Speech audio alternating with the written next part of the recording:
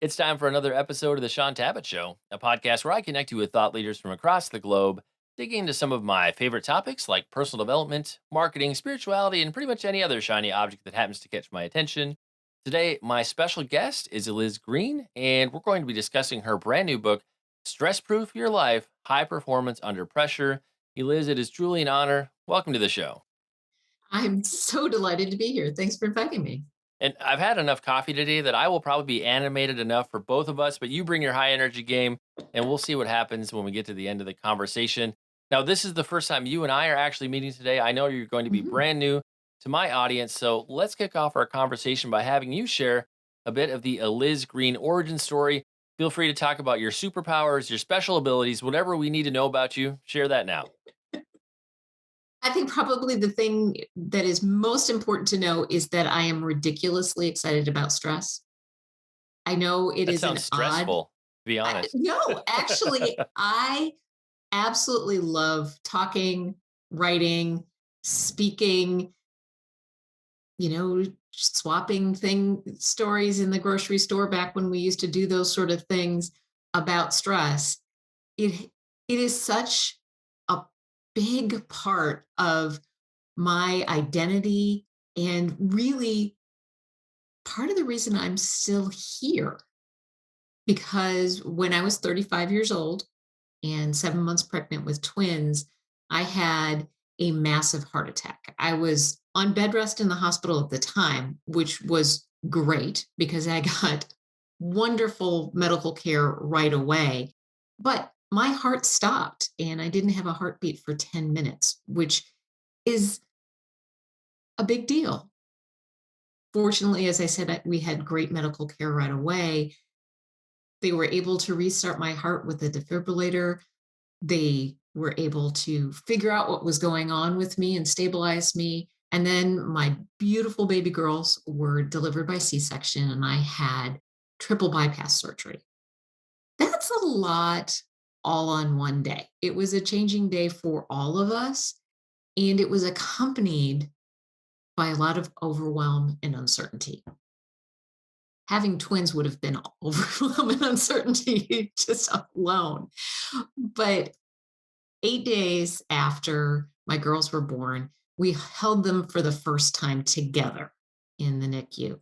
And if you look closely at my arm, you can see that there is a lot going on there. I have tubes and monitors and all kinds of things for me. The girls were almost 2 months early, so their health was uncertain, my health was uncertain. As I said, it was an overwhelming time. But I knew that I had come through this wacky story for a reason. And even in the ICU, just hours after my surgery, I had an image of speaking in front of other people, sharing my story and inspiring them to pay attention to their own health. That's what I've been doing for the last 2 decades. And the book that I wrote is really the system that I have worked over those years to keep myself physically strong, psychologically strong. And a major part of that is making sure that I keep my stress under control because stress is a major factor for heart disease. I do not need more risk factors for heart disease. I'm curious in terms of kind of your life leading up to that point Mhm. where you have the heart attack, your twins have to be delivered. Like leading into that, like were you working in a high stress corporate environment, or I'd love to hear just a little bit more about the circumstances because needing a triple bypass at 35 is like that's crazy. I don't think I've ever heard of that. I would almost expect to hear that more of a man than I would of a woman, to be honest. So my head is spinning with all kinds of things I would love to tell you about that. So I feel like there's a line that's drawn between the life that I lived before that day and the life that is after. Before that day, I was a dance teacher and a choreographer.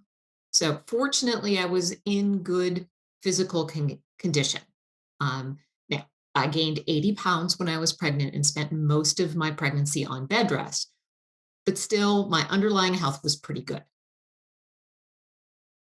The heart attack was caused by it's a not very common, but it happens complication of pregnancy that the hormones in my body and the amount of blood that I was pumping for all three of us caused the inside lining of one of my cardiac arteries to sort of peel away and make a trap door, like stop the flow of blood. That's what caused the heart attack. And it is why I needed to have surgery as opposed to fixing it in the cardiac catheterization lab, where now the technology exists. They could fix it there. But at that point, that was a while ago, I needed to have surgery. And I guess let's transition now to talk about Mhm. your tagline. I saw it in an email you sent. I think I saw it in the book as well. Low stress and great success. Is that something Mhm. that was your tagline out of the gate as you transitioned into Mm. speaking and sharing, or did you come to understand that as kind of like your tagline and mission over time as things developed? What is interesting about that? My career as a speaker and a writer really started focused on women and heart disease. Back in the day when I had my heart attack, I was very uncomfortable being described as someone who had heart disease because there was such a stigma around it. And we think, even still now, it's better, but even still now, we think of heart disease as a man's disease, Right. but it kills more women than any of the other top seven causes of death. So we need to pay attention to that. And we are laying the foundation of our heart health in our teens and 20s. So it's something that we need to pay attention to all along. One of the things I discovered, though, is while we know we need to have good heart health, nobody is particularly excited about, let's go to the speech on heart health. Nope, nobody is signing up for that. Nobody is excited about that. But everybody wants to talk about stress and how we address stress. And as I really dug in, making sure that I was giving excellent resources and strategies to deal with heart health, that piece became more and more important. And the tagline really started as a sort of throw off. I'm like, wishing you a little stress and great success. And I started signing my emails like that. And then I was at an event for the National Speakers Association, and there was a very successful speaker from Australia who was doing, um, he was on the main stage, and we had been communicating because I was on the committee. And he said, "Oh, you're the stress lady." And I'm like, "I'm not the stress lady. I'm the heart lady." He's like, "No, no, no, no, no. Oh, did I mention he's a branding expert?" He's like, "No, no, no, no, no. You are the stress lady." And I'm like, and it took me a while to sort of understand that expanded not only my audience, but it expanded what I could share with my audiences. And the book that I wrote is the system that I have worked for 20 years to keep myself healthy. It's the exercises and strategies I've worked for almost 2 decades with audiences and in workshops. So it is it is a system that works. Well, and I feel like the proof in the pudding for any book that's prescriptive or gives you a system or a formula, I always say if it's the author's system that they use to manage their situation, improve their life, and it's something that they've been doing for 20 years or something that they're Mhm. still doing after they wrote the book about it, that's the proof I want. There's nothing makes me sadder than when I talk to an author and I'm like, but you don't actually do any of this in your life. It's like, it's great. So you're giving me something to do that's, you Right. don't believe it's good enough that you do it yourself. So I always feel like that's definitely important.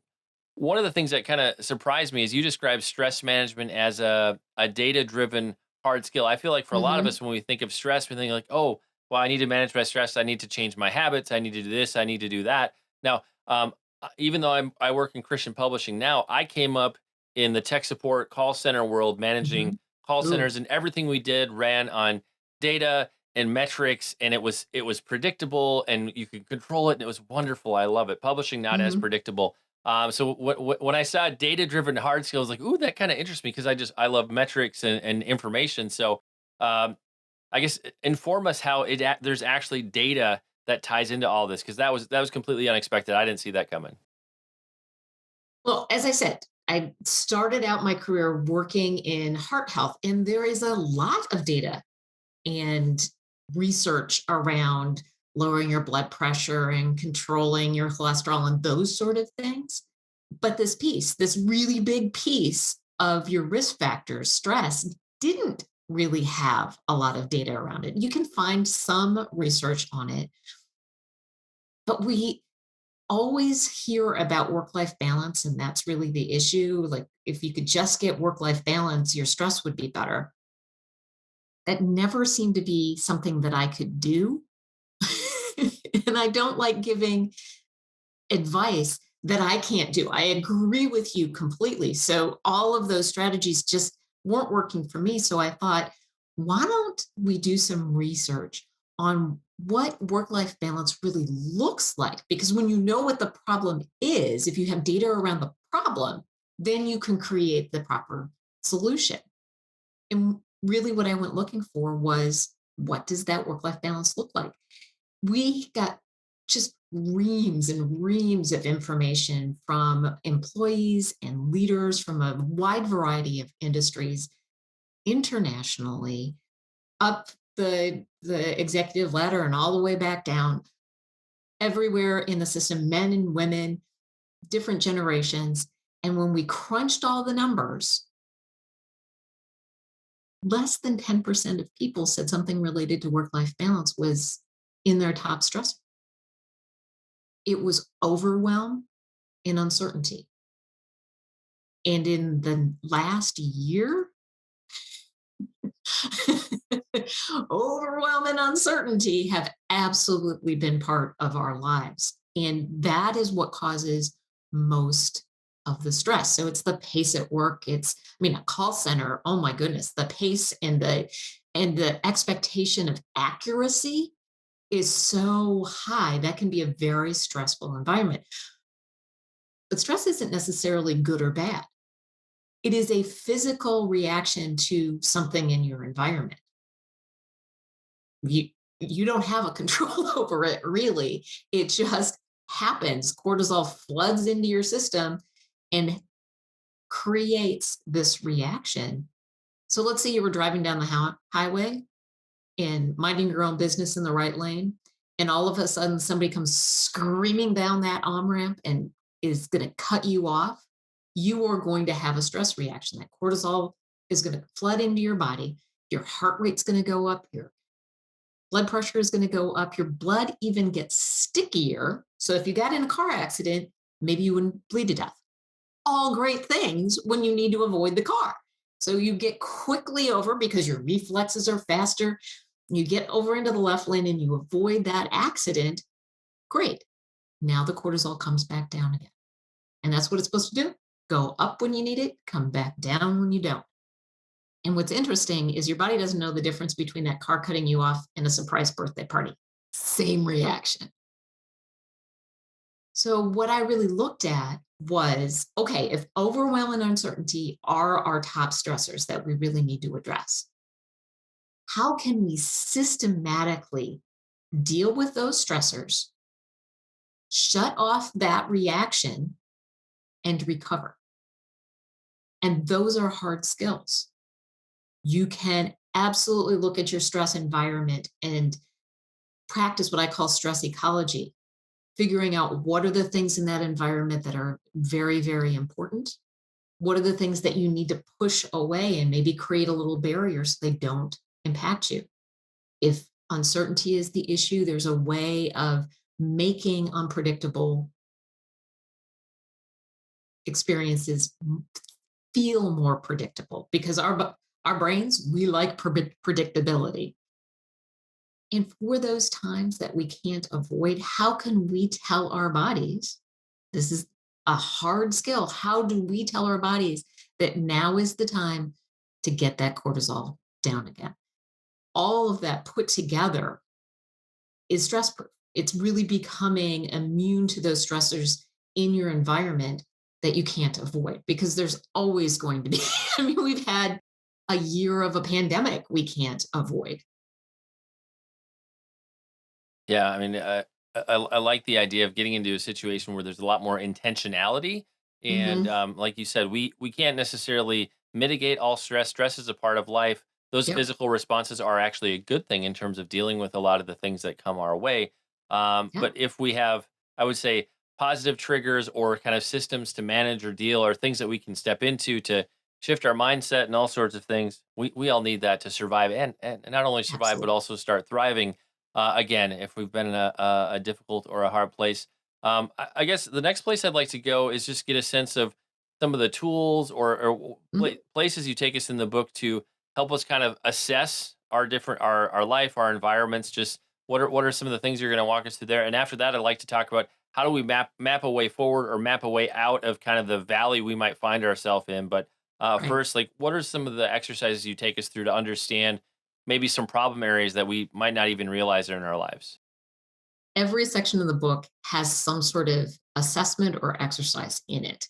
And these are things that I've developed working with clients, whether that's in a business setting working with employees or it's at an event that's an association event or that sort of thing. There are, I talked about the stress ecology piece. That's a very intense examination of the things in your stress environment because we all swim around in a stew of stress all the time. But when we're there, and this is the problem with overwhelm, everything seems to have the same urgency. It creates this crisis of urgency where we can't really decipher what we need to pay attention to because everything's screaming at the top of its lungs for our attention. So that is a process. And it honestly took me a long time to figure out how to, in a book, describe this process that I do with people in a room over an hour and a half workshop to really even get to the surface of doing this process. So there's that piece. I have assessments to really look at how stressed are you. I have an assessment to really examine what the physical impact of your stress is, which can be quite eye opening. I have an exercise to really think through what is unpredictable, what is uncertain, what that stress is. And stress caused by uncertainty is different from other stress in that, unlike the car that pulls out in front of you and you get around it, that stressor is gone. Uncertainty never leaves. It is just always there. You can't turn off your computer at the end of the day and say, okay, that uncertainty is done. It's just always there. And in that case, that psychological stress that's created by uncertainty that we can't get away from requires us to really think about what is it that allows me to disconnect from that stress and allow myself to recover. And I talk about it in terms of, are you a border collie or an iguana? I love animal and examples, so that's great. Right. So it really comes from a trip I took with my husband for his 50th birthday. He's a scuba diver. I am not a scuba diver.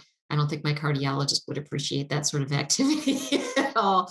But we went with two other couples to a resort that allowed them to go scuba diving in the morning. And then they come back and we'd all have lunch together. And then the other couples would retire to the pool that was in a mangrove with actual iguanas that would come and sun themselves with our friends, who we started to refer to as the iguanas. Now, I am super pale. And my husband just can't sit still. So we would be at the pool for a little while and then we'd go do an activity or go into town or go sightseeing or whatever. But we were in and out of the pool area being social with our friends all day long until one afternoon, one of the gentlemen turned to my husband and said, "When are you going to relax? You are go, go, go all the time." And my husband said, I am relaxed. I'm like a border collie. If I don't have something to do, I start chewing on things.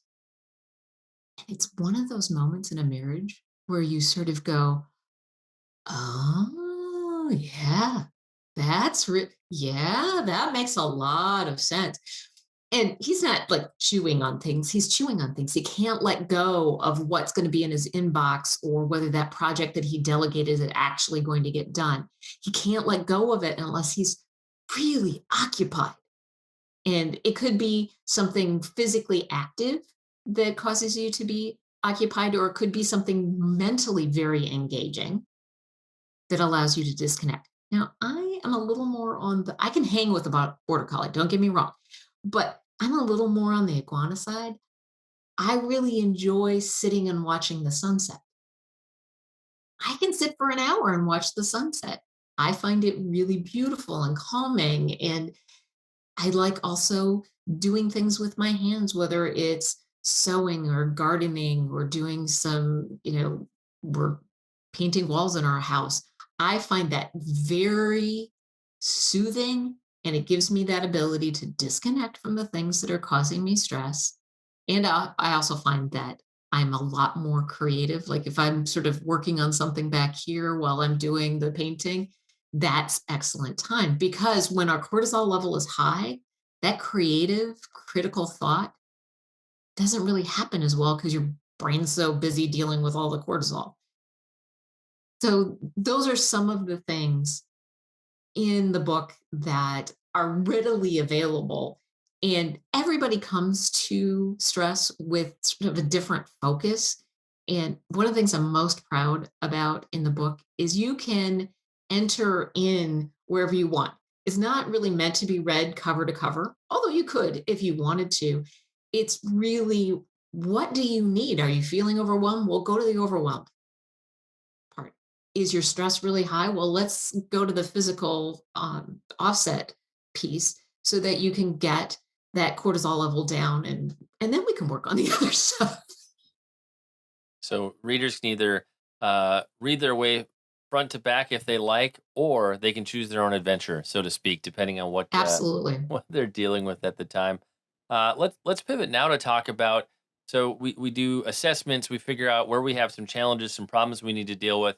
Talk to us about mapping a way out, and I'll let you pick whatever example you want to hang this on. I could think of needing to work on things that we have going on in our physical bodies, Mhm. psychologically, in our minds and our emotions. I think we could maybe even need to shift our environments or even make changes in some of the relationships or people we rub shoulders with. Right. So pick one of your favorite examples and show us what it might look like to map a way out or kind of move away from the stresses that are getting us down, so to speak. Right. Well, here's the thing, and I'm going to use my own example because I think it's very important for people to understand that I work this all of the time.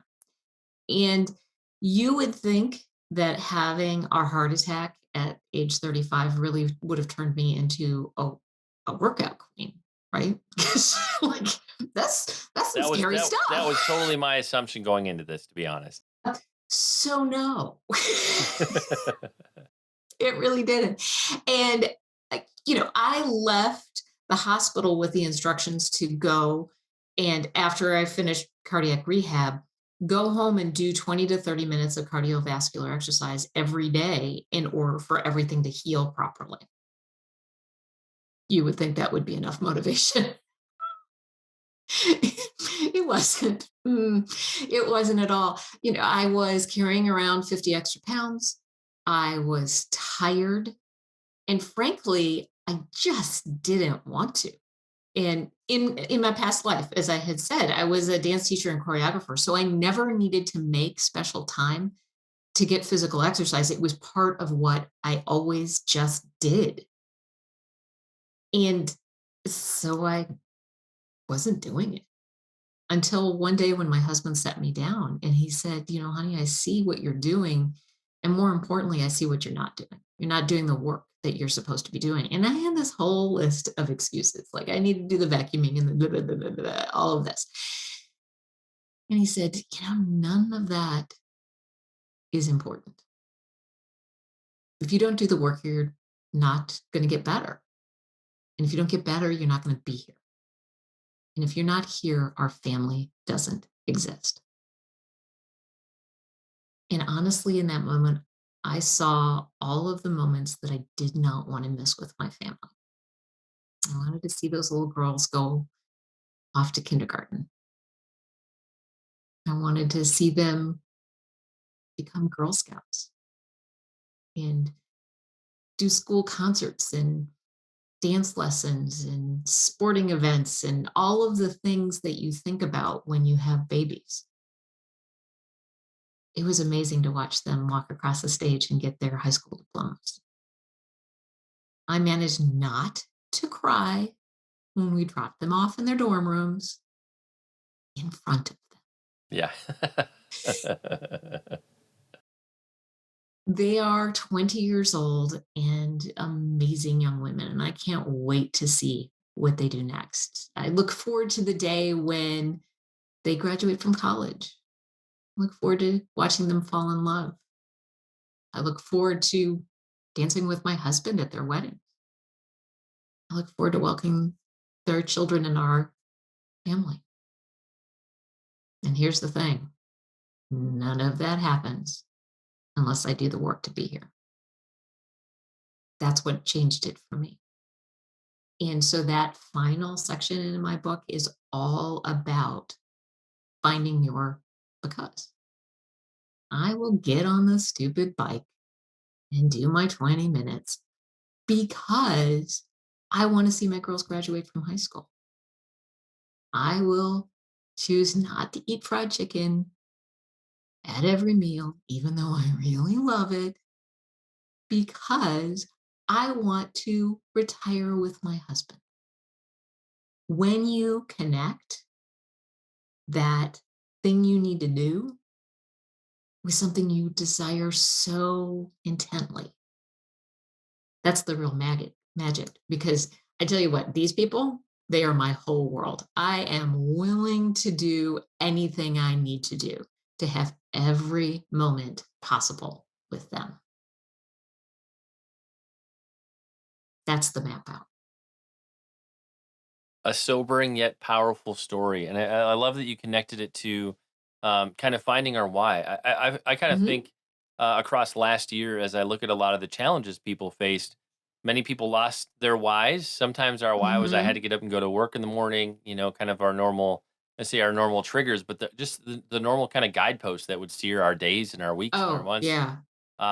were all gone. And so, yeah, not having a why is a super dangerous place to be because then kind of any why will do because you're just looking for something to do, some place to belong. So, yeah, I love that you connected it to that. And I feel like sometimes that why shifts in different seasons Oh, of life, but absolutely.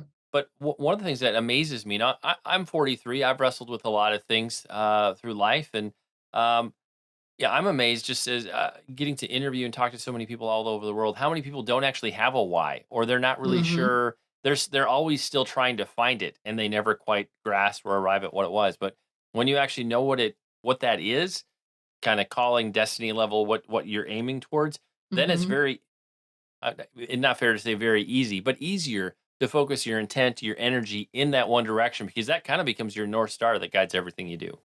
Absolutely. And I often talk about things being simple, but not easy.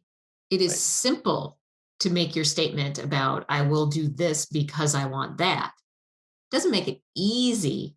It just gives you the language and it's right. It's that North Star to guide you. And one of the things I talk about in the book is redefining quality of life as in terms of vitality. So I really like that word, vitality. And the way I define it is that it is the capacity to live a purpose-driven life. And I think you're absolutely right. When you know what your purpose is, whether that is being there for your family or it is delivering great service in your profession or it's being creative, whatever it is, maybe it's just being an important part of your faith community. Whatever that purpose is, you can't do it unless you are physically and psychologically strong enough to bear up under it. Well, it's almost time for us to begin winding down here. But one of the things I want to make sure we ask, kind of bring it all together, is in Mhm. terms of kind of the reader's journey with the book. Whether they go from front to back or they jump into the sections that are important. Well, I'll still say this: when they get to that last page and close that back flap, like for you as an author, as somebody who teaches and lives this content, for you, what does success look like? How do you hope you Mm. impact every single reader? Oh, that is such a good question. This is not my first interview, so I've asked that many I bet it's not. times. Here are the things that I love to hear. Your voice is in my head. When I need to make choices, your voice is in my head. And that's it. I think if I can give people tools to navigate through that stressful environment, making choices, and always choosing, well, not always, most of the time. Because let's be serious. We'll apply the I eighty don't do twenty this rule. perfectly every day. 80% of the time you're making good choices, maybe Yeah. 90 on a good day. One of the things I say pretty regularly to myself and to others is life is not about perfection, it's about moving in the right direction. So, as long as I'm helping people move in the right direction on their own path, I am thrilled. Yeah, I like that kind of that analogy of hearing your voice in their head, in the sense that Mhm. they've internalized it enough where it actually is Right. sort of a guiding force. And yeah, it might be weird to hear you talking in their head, but clearly you've made an impact, made a difference. So I love that as an example. In terms of people connecting with you, finding out more about your resources, your speaking, all the things that you have going on, where are some of the different places we can connect with you on the web? Well, you can find directly go to the book at stressprooflife.com. You that lives on my website, which is elizgreen.com, and it has all of the extra E's in it. E at the beginning and E at the end. um, so those are the best places. I am on Facebook and on LinkedIn and on Twitter. Just find me at Eliz Greene. All the different places. And All the different places. like we do with every episode, we'll have detailed links in the show notes, places you can connect with Liz, and places where you can pick up your very own copy of her brand new book. It's time to bring this episode of the Shaun Tabatt Show to a close. Many thanks for being a part of my conversation with Eliz Greene. Once again, our book today was Stress Proof Your Life, High Performance Under Pressure. Again, if you want to find out more, a great place to start is the book's website. You can find that at stressprooflife.com. And Eliz, I just want to say thank you so much for sharing with us today. It's been a pleasure. It's been an honor to have you on the show. It was great. Thank you so much.